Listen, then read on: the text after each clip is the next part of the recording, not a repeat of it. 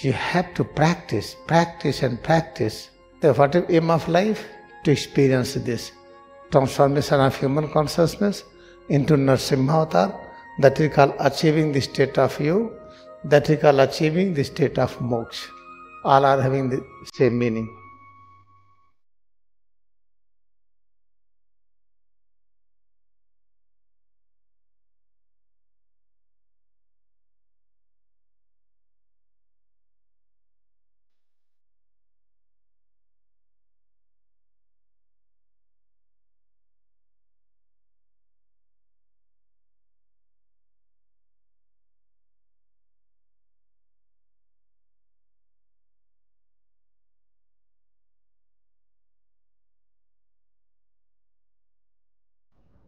दो चार मिनट ये सिद्धांत सुनने का लक्ष्य यही है कि हम अभ्यास और अच्छा करें. The purpose of listening principle philosophy to practice better. तो जो मानव का अस्तित्व है इसका लक्ष्य क्या है? What is the goal of human existence? एक ही चीज है जिसको बार बार अलग अलग तरीके से बताया जाता है, जिस अच्छी तरह से वो अपने जीवात्मा को स्वीकार हो सके. जीवात्मा कहते हैं ईगो कॉन्शियसनेस को. जीवन का लक्ष्य है योग की अवस्था को प्राप्त करना. कृष्ण भगवान ने क्या कहा है, जिसके प्रारंभ में ही सूत्र लिखा है, तपस्योभ्यो अधिको योगी ज्ञानीभ्यो मतोऽधिक कर्मेभ्यश्चाधिको योगी तस्माद् योगी भव अर्जुन. किस भगवान कहते हैं कि अर्जुन, जो लक्ष्य जीवन का योग की अवस्था को प्राप्त करना, योग की अवस्था को जो प्राप्त कर लेते हैं उन्हें योगी जन कहते हैं. ये लक्ष्य है. ये सबसे बड़ा उदाहरण क्या है? नरसिम्हावतार. नरसिम्हावतार में नर और सिंह, शेर, बाघ जो एक साथ है, किसी प्रकार की शिकायत नहीं, डर नहीं, भयमुक्त अवस्था में, इसको नरसिम्हावतार कहा गया. और इसी को 6 से व्यक्त करते हैं. और इसी योग को मोक्ष की अवस्था कहते हैं. मोक्ष क्या है? इसमें माँ है, आ है, ऊ है और फिर छ है. माँ कहते हैं कोई भी एक रचना जो दो में व्यक्त हो, एक छोटा से छोटा रूप, एक बड़ा से बड़ा रूप, जैसे बीज और वृक्ष, उसको माँ कहते हैं. तब माँ कितने डायमेंशन में? सृजन, संरक्षण और परिवर्तन, 3 डायमेंशन में माँ. जब कोई निर्माण की क्रिया हो तो न्यूनतम, लघुतम, शॉर्टेस्ट, मिनिमम निर्माण की क्रिया क्या है और मैक्सिमम क्या है, लार्जेस्ट क्या है, बिगेस्ट क्या है. और ऐसे संरक्षण, सुरक्षा का न्यूनतम नियम क्या है और अधिकतम नियम क्या है. परिवर्तन, परिवर्तन आंशिक हो या पूर्ण हो, तीनों स्तर पर, जिसे हम सृजन और संरक्षण और परिवर्तन कहते हैं. ब्रह्मा, विष्णु और शिव, 3 डायमेंशन में माँ की उपस्थिति.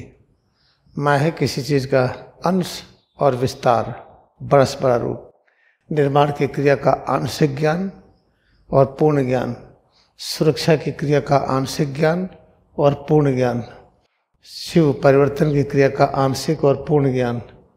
इसको कहते हैं माँ. इसके ऊपर जो आखिरी मात्रा, इसी में ऊ लगा हुआ है.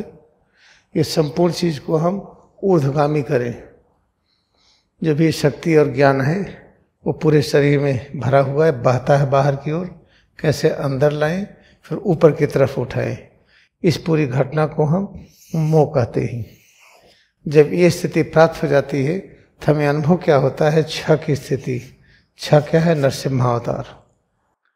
इसी को योग की अवस्था का एक श्रेष्ठतम एग्जाम्पल कहते हैं। भाई दो चीज एक रहे, बाघ और मानव दोनों को मिलकर के एक रूप हो जाए, इससे बड़ा एग्जाम्पल क्या होगा? What is the goal of human existence? Is a state of yoga. There is a one verse. Yogi is deemed greater than the body, discipline, ascetics, greater even than the follower of the path of reading the textbook, getting the wisdom written there, or the path of action. O thou, O Arjuna, be yogi. This is written in form of verse in the Hindi. Yogi means who is one with the existence of a yoga. Yoga means absence of time and space in between. Technically, this yoga is also called moksha. What is the moksha technically? This is the word moksha is written.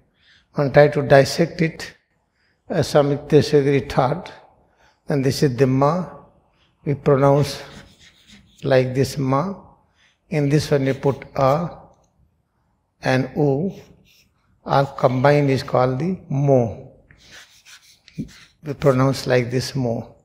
Mo means, ma means in existence which we can accept, which we can feel, which we can realize in two dimensions, smallest and largest, like seed and tree. But seed and tree, smallest and largest, we have to find in three dimensions. In the field of creation, Brahma consciousness, creation.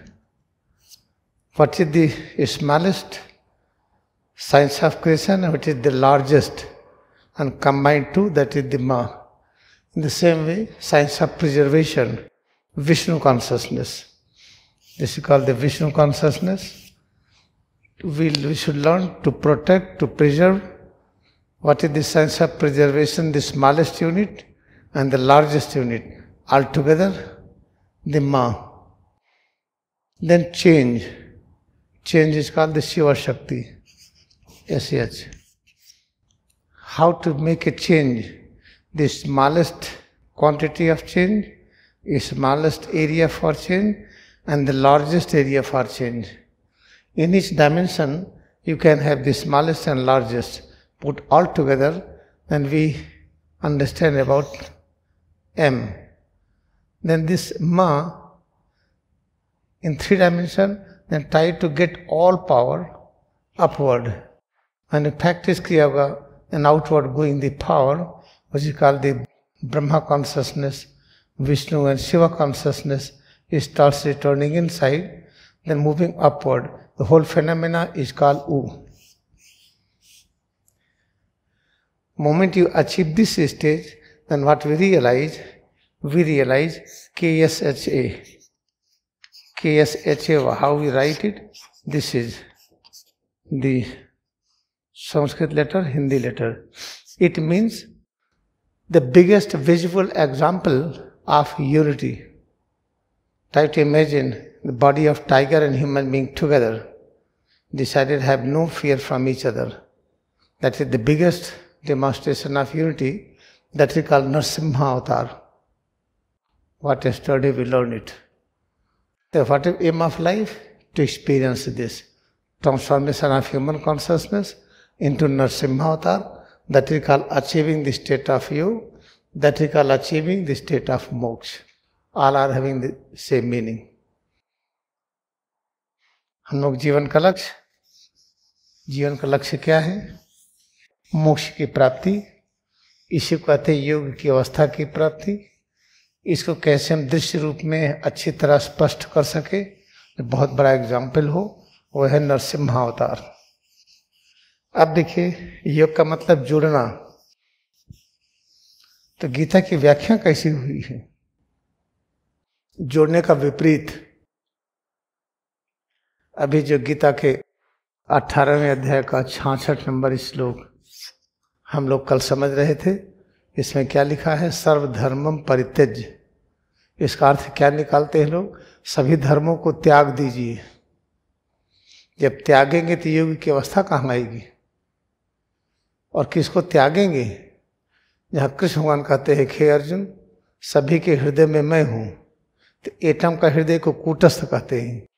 Holi science में देखिए, आपको मिलेगा page number, ये किताब आने से कितनी समस्या साल हो गई। पेज नंबर 28 पर देखिए, चित्त से चित्त हुआ है।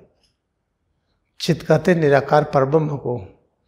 वहां से जब एक से अनेक होने की क्रिया हुई तो चित्त हुआ। उस चित्त को कहते हृदय तत्व। ये चित्त से चित्त, यह है हृदय तत्व। इसी को कहते हैं महत्तत्व। और ये कहाँ है? हर एटम में है। ये तो हर एटम में है ये चित्त, हृदय तत्व। तो कृष्ण होगा तो हर एटम में है, तो किससे दूर होंगे आप? जहर के एटम में भी है, और राक्षस के अंदर जो अणु परमाणु है उसमें भी है। जिसको पहाड़, समुद्र, नदी कहते सब में है। जिसको आग कहते हैं उसमें भी है। तो ये अर्थ जो गीता में लगाया जाता है कि सर्वधर्मम परित्यज्य, सभी धर्मों को हम त्याग दें, तो क्या सोचते हैं कि हिंदू धर्म में त्याग दीजिए, मुस्लिम धर्म, क्रिश्चियन धर्म, ये तीनों धर्म तो समय थे ही नहीं। न हिंदू धर्म था, न क्रिश्चियन, न मुस्लिम, न बुद्धिस्ट, ये सब कुछ भी नहीं था। एक ही धर्म था, सनातन। तो सनातन धर्म को त्यागने के लिए कैसे कहेंगे? सनातन धर्म है जो पूर्ण सत्य की अभिव्यक्ति करता है। हम आज हैं, अतीत में भी थे, भविष्य में भी हैं। इसे समझिए कि जो गीता वगैरह प्रवचन ज़्यादा देते हैं, बहुत ही झगड़ा करते हैं और झगड़ा लगवाते हैं। वो उनके जीवन के गहराई में आइए तो पता चलेगा। वो पैसा पाने के लिए झूठ बोलते हैं, झूठ बुलवाते हैं। तो इससे शास्त्रों में प्रवचन करना मना है। आप गीता के सिद्धांत को सुनिए, उसका प्रैक्टिस करिए। What you will experience in the life when you go to the deeper life of the called the preachers, means who preaches and never give the practice. Keep on talking, Krishna said this, Jesus said this, Buddha said this, but giving no practice. Those practice a biggest fight in the home and biggest manipulator in order to get the money, and he spoiled the all human existence which we are loving. The principle of truth and non-violence, now they start hating each other because translation is given wrong. Sarvadharmam Pratyajya, they have explained it.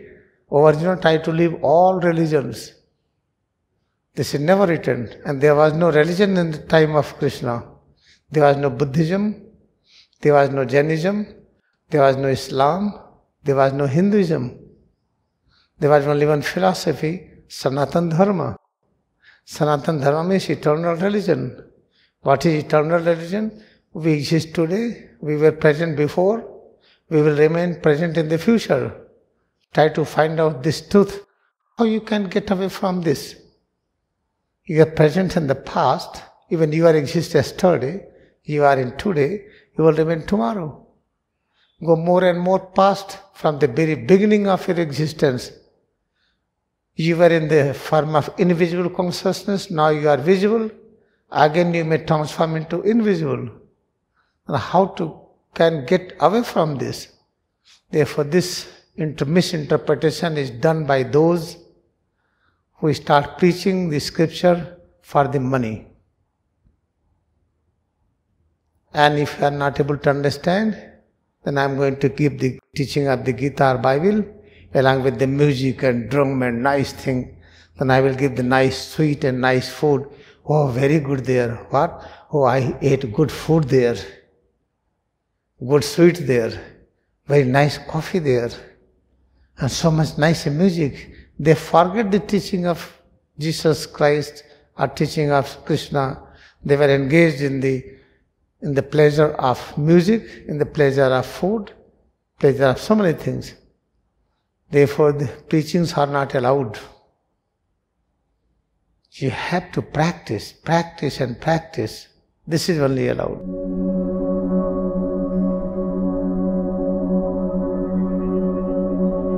What is the Kriya Yoga? Kriya Yoga is the science which is called no beginning, no end. This is the science which has no beginning, no end. Then this is very nice. You can start even now. What is the Kriya Yoga? Pay attention on head to toes. Concentrate on it. Then how to start? This is the eternal science. This is the timeless science. What is the meaning of timeless science? What is the eternal science?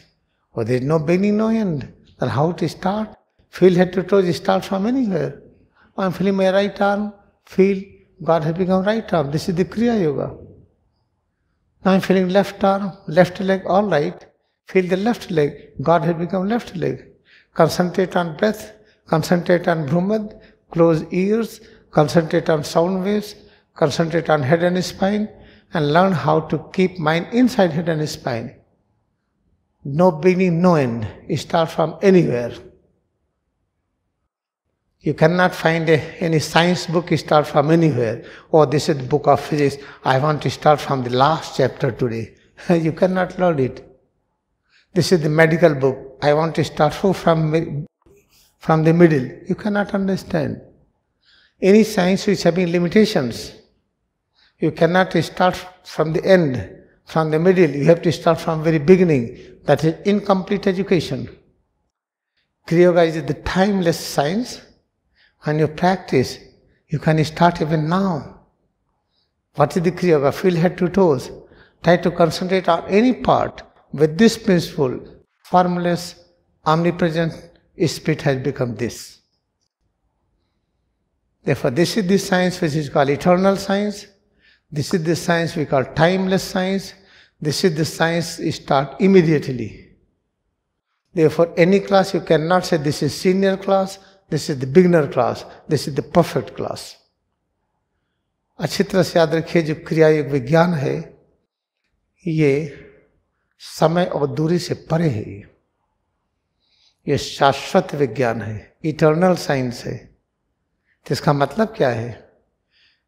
मान लीजिए कि क्रिया योग है ये किताब, कहाँ से शुरू करें भाई? चलो बिगिनिंग से शुरू करते हैं। बिगिनिंग होता ही नहीं इसमें। टाइमलेस साइंस का मतलब इसका बिगिनिंग, मिडिल, एंड ये सब नहीं होता है। हर कक्षा बिगिनिंग है, हर कक्षा एंड है। अगर टेक्स्ट बुक है ये तो हम इसको यहाँ से शुरू करते हैं, ठीक यहीं से शुरू करिए। हम 20 से शुरू करते यहीं से करिए, हम यहाँ से करते यहीं से करिए, क्योंकि इसमें कोई लिमिटेशन नहीं। लेकिन फिजिक्स है, केमिस्ट्री है, मेडिकल, इंजीनियरिंग, आप ऐसा नहीं कर सकते चलिए आज हम अंतिम पार्ट से शुरू करते हैं। उसके लिए पहले पार्ट से ही शुरू करना पड़ेगा। इसलिए सब अधूरे विज्ञान है। कोई भी पढ़ाई पढ़िए तो उसमें आपको शुरू करना पड़ेगा। ये प्रारंभिक है, ये बीच का है, ये अंत का है। और क्रिया का साइंस कितना बढ़िया है। आज चलो क्रिया का पढ़ते हैं। कहाँ से पढ़ते हैं? चलो भाई, ओ ये खुल गया, बहुत अच्छा, इसको प्रैक्टिस करिए। अब इसको प्रैक्टिस करिए। हम अंत से शुरू करते हैं भाई, चलो ठीक है। अंत में क्या है? चलो वही शुरू करते हैं। अंत में मिला रिवोल्यूशन, मिला knowledge of evolution. Knowledge of evolution, life, dissolution, thus leads to the complete emancipation from the bond of Maya, delusion. Beholding the self in the supreme self, man attains eternal wisdom. Now beholding the self, behold the self. Start from here. Take anything from middle, okay, all right, let us say middle, okay. Where is middle? Oh, middle, I got this. Thus, because of the yoga knowledge and power, man obtains supremacy over the 7 swargas. He believes salvation by dissolving the 4 original ideas. What is 4 original ideas? That is the atom, time, space, this world, these 4 ideas. Then, okay, all right, let us have the word, sound. Okay, I'm listening sound. Listen sound external. Okay, close ears, listen internal sound. Concentrate on it. Now 4 ideas, okay, called time and space. What is time and space? Relativity, distance, head to toe is distance. Try to feel this distance and concentrate on it. इसलिए ये जो विज्ञान है, ये शाश्वत विज्ञान है, ये समय के बंधन से मुक्त है। ये इसको ये नहीं कि हम पहले पार्ट से शुरू करें तब अंत में आएगा, कहीं से शुरू करिए आप पहुंचेंगे वहीं पर। इसलिए इसको पूर्ण विज्ञान कहते हैं। और जो क्रिया को पकड़ लिया, बता दें आपसे, अगर वास्तव में पकड़ लिए तो आप इतने भाग्यशाली हैं, जब चाहेंगे महावतार बाबा के साथ उस ग्रुप में टहलेंगे, चाहेंगे लहरी महाशय के साथ थोड़ी देर बैठेंगे, हिरण लोक में स्वामी तेश्वर जी के साथ चलते हैं, या सब डिजॉल्व करके अब हम आमनी प्रेजेंस में हो जाते हैं। ऐसा कौन सी पढ़ाई कोई है ही नहीं। This education is so nice, so important, one practice it sincerely, accept it timeless education, start now, how to start, don't think, feel head to toes, what you feel, accept it is presence of all in all. Moment you decide 100% that we will do it, you will have such nice journey of your life. Sometimes you will spend your life with Babaji, then you will know where is Babaji. Other time you can spend your life with Lahari Mahasaya, with Swami Teswagi Hinarloka, or sometimes you can dissolve and merge with the omnipresence formulas. Again you can resurrect. What kind of freedom we will achieve? Why not try to it? Let us try and practice with our highest devotion. ताई हम लोग इसको शुरू करें, पूरे भक्ति के साथ, पूरे एकाग्रता के साथ अभ्यास करें। चलिए कल्पना करें कि हम यहाँ आज नहीं हैं, तब आकर के आपने मुंह बना लिया कि हम नहीं हैं, जिसका मतलब आपको भक्ति नहीं है अभ्यास में। जब मैसेज, ईमेल आपका कंप्यूटर में खोलते हर जगह है, तो आप भी हर जगह, हम भी हर जगह हैं। अगर यहाँ हम नहीं हैं, तो अगर आपका अभ्यास में भक्ति है तो आपको ऐसा नहीं लगेगा कि हम नहीं हैं। इससे बहुत ज़्यादा हमको बाध्य मत करिए कि हम यहाँ रोज हों ही, क्योंकि जब हम क्रिया के लिए कभी डीपर काम करते हैं तो यहाँ नहीं होते हैं। लेट अस रिवाइज, आइए हम दोहरा दें। सर्वधर्मम परित्यज्य माम एकम शरणम ब्रज। इसका अर्थ क्या बताया जाता है? कृष्ण भगवान कहते हैं, हे अर्जुन, सभी धर्मों को छोड़कर मेरे शरण में आ जाओ। तो किस धर्म की चर्चा कृष्ण भगवान कर रहे हैं? उनके समय में तो हिंदू धर्म भी नहीं था, इस्लाम भी नहीं था, बुद्धिज्म नहीं था, जो वर्तमान के धर्म यहूदी धर्म ये भी नहीं था। कबीर साहब, नानक देव जी, न कोई कबीर पंथी धर्म था, न कुछ भी नहीं था। किस धर्म की चर्चा हो रही है? और सभी धर्मों को अगर कहते छोड़ने की बात, तो ये बताएं कि कृष्ण भगवान के समय में कौन सा धर्म था। उसमें देखिए धर्म था सनातन।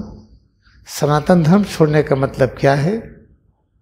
हम इसको भूल जाएं कि हम अतीत में कभी थे, मान लें कि हम थे ही नहीं, तभी तो भूलेंगे। हम भविष्य में भी नहीं होंगे। हमारा अस्तित्व न अतीत में न भविष्य में, और वर्तमान में तो वही पता ही नहीं कहाँ क्या होगा। तो क्या इस भाव को छोड़ दिया जाए? ऐसा नहीं है। जिन लोगों ने प्रवचन किया कि ताली बजाई जाए कि बहुत बड़े महात्मा आ गए हैं, खूब पैसे का दान मिले, जो जनता चाहे वही बताएं, सही न बताएं, जनता के रुचिकर में हो गया, कह दे के सब छोड़ दो, परिवार माया, घर माया, सब कुछ माया। तो चूंकि परिवार में झगड़ा है ही, कभी बीवी से, कभी पत्नी से, कभी पति से, कभी बच्चों से, कभी माता पिता से। तो महात्मा जी बहुत अच्छे हैं जो कह रहे हैं सबको छोड़ दो। बहुत झंझट है खेती बाड़ी में, जानवरों की सेवा में बड़ी मेहनत है। कल भैंस और गाय खींच के भागी, पैर में चोट लग गई, बड़ी झंझट है। खेती में पानी कैसे दे, सब बड़ा नरक है। कृष्ण भगवान ने कहा है ना, सब छोड़ दो, मेरे शरण में आ जाओ। जब चर्चा होती है जनता कहती महात्मा बहुत अच्छे हैं, ये सब माया है। घर जाकर के व्यक्ति सबको माया के रूप में देखता है और झगड़ा करता है, और प्रवचन देने वाले सब झगड़ा करते हैं अपने घर में। उनका इतिहास खोजिए, बड़ी अशांति है। इसलिए शास्त्रों में प्रवचन मना है, यहाँ प्रवचन नहीं दिया जाता है, यहाँ सिद्धांत देकर के अभ्यास कराते हैं। तो इसका सही अर्थ क्या है? सर्वधर्म का अर्थ है सभी प्रकार का धर्म। धर्म किसको कहते हैं? जो जोड़ता है। धर्म की अंग्रेजी रिलीजन, रिलीजन बना रेलिगियर शब्द से। अगर हिंदी में धर्म की विस्तृत व्याख्या करें तब भी यही होगा। तो हम सभी धर्मों से जुड़े। परित्यज्य का अर्थ है कि जो जैसे अणु परमाणुओं का धर्म क्या है, इनकी प्रॉपर्टी क्या है, सोडियम की, पोटेशियम की, कैल्शियम की, इन सब की, ये सब कहाँ से जुड़े हैं? ये सब अणुपरमाणु कहाँ से आ गए हैं? दृश्य जगत कहाँ से आ गया है? उस वहां को पकड़ने के लिए कहा गया है कि हम इसकी ओरिजिन को पकड़ें। ओरिजिन से लेकर के आज तक सबको पकड़े रहे हम। परित्यज्य का अर्थ ये है, जो विस्तार से कल हमने बताया था संक्षेप में, और इसको फिर से हम बताएंगे। किसी को छोड़ने की प्लानिंग मत करिए, सबकी सेवा करिए। वनस्पति जगत, जंतु जगत, मानव जगत, जितने भी जमीन के भूभाग हैं सबको फर्टाइल बनाइए, जमीन को हरा भरा करिए। या तो सड़क हो या फसल हो या पेड़ हो, नहीं तो सिर्फ हरियाली घास ही घास लगाइए। कहीं जमीन खाली न रहे। खाली जमीन का मतलब कि हम उसकी सेवा नहीं कर रहे हैं। जमीन की महिमा क्या है, उसकी ग्लोरी क्या है? वहाँ की घास हरी है, फसलें हरी है, पेड़ लहलहा रहे हैं, यही तो उसकी ग्लोरी है। तो याद रखिए, जब क्रिया योग ध्यान फैल जाएगा, हर व्यक्ति कर्मठ हो जाएगा, ये भूमि में लहलहा उठेगी। फसल, पेड़ पौधे, सब चीज खूब पर्याप्त मात्रा में होंगे। जब खूब पेड़ हो जाएंगे तो जो पानी का तल है ऊपर आ जाएगा। भी पूरे भारत में पानी का तल इतना नीचे है कि रेड लाइन है। रेड लाइन का मतलब खतरा है, पानी का तल बहुत नीचे चला गया है। नीचे क्यों चला गया है? क्योंकि नीचे के पानी को कोई प्रेम से खींच नहीं रहा है। जो धान और गेहूं में पानी सींचते हैं, वो पानी सींचे और उड़ गया। तो पानी को जमीन में ला करके कौन रखेगा? जो बड़े बड़े पेड़ हैं, देसी आम है, महुआ है, इमली है, नीम है, जो बड़े बड़े पेड़ हैं, फलदार वाले पेड़। सम्राट अशोक के समय में सभी फल वाले पेड़ लगाए जाते थे। फिर पता चला कि जब मुगल सम्राट आया तो पीपल ज्यादा लगाए जाने लगे। पीपल है बट विच वह फल है जिसमें पेड़ है जिसमें फल नहीं होता है। अंग्रेज आ गए तो और सब उल्टा पुल्टा पेड़ लगाए गए। सम्राट अशोक के समय में फल इतना था कि खाए नहीं चुकता था। इस तरह से जब क्रिया योग ध्यान फैलेगा ये, तो फलों की प्रचुर मात्रा होगी, अनाज खूब होगा, पानी की सतह जमीन पर ऊपर आ जाएगी। इतना अच्छा होगा राष्ट्र की पूछिए नहीं। इसलिए गीता की सामान्य व्याख्या में अगर कहीं से आता है, किसी से अलग होने की बात की जा रही है, तो उसको थोड़ी देर के लिए बंद कर दीजिए और क्रिया योग ध्यान करिए, सही व्याख्या आ जाएगी। When we are listening the scripture, discourses of the scripture given by so many people, when they give discourse and they don't give the practice, what kind of interpretation is available? For example, teaching of the Krishna, what he spread that, O Arjuna, get away from all religion. What is the religion? What was the religion in the time of Krishna? There was no Islam, there was no Christianity, There was no Hinduism, there was no Buddhism, there was no Jainism, no Judaism, nothing. There was no teaching of Kabir and Nanak. Then what kind of religion was present? Sanatan Dharma. What is Sanatan Dharma? Eternal religion. What is eternal religion? That we are eternal. We were present in the past, we are now, we will remain in the future. Try to believe in this and find out your origin. And try to find your origin, then you will realize our origin is in omnipresent spirit, formless God. Now, from the formless God till today, we are having our link. This was the practice, spirituality. In the time of Samrat Ashoka, this teaching was very well known. Buddha taught the same. But what is Buddhism? We misunderstood. Therefore, at the time of the Ashoka, there was a lot of fruits. Thus, India was spread up to the Iran, Iraq, everywhere. So wide spread India, full of education, full of riches. Because the real religion was practiced, try to get along with all. Therefore, when you read scripture, if you get any thought, oh, everything is illusion, oh, get away from these worldly things. What is worldly things? When you say get away from anything, that means false concept. What should be truth? Get along with the all things. Try to learn the science of how to remain along with the all creations of the past. Therefore, what is the important thing? Practice and practice Kriya sincerely. You will realize whatever misinterpretation of scriptures is spread everywhere, that will be removed. You will have new interpretation to serve all, to love all, to help all. This is for today. हम लोग फिर कल मिलेंगे सुबह।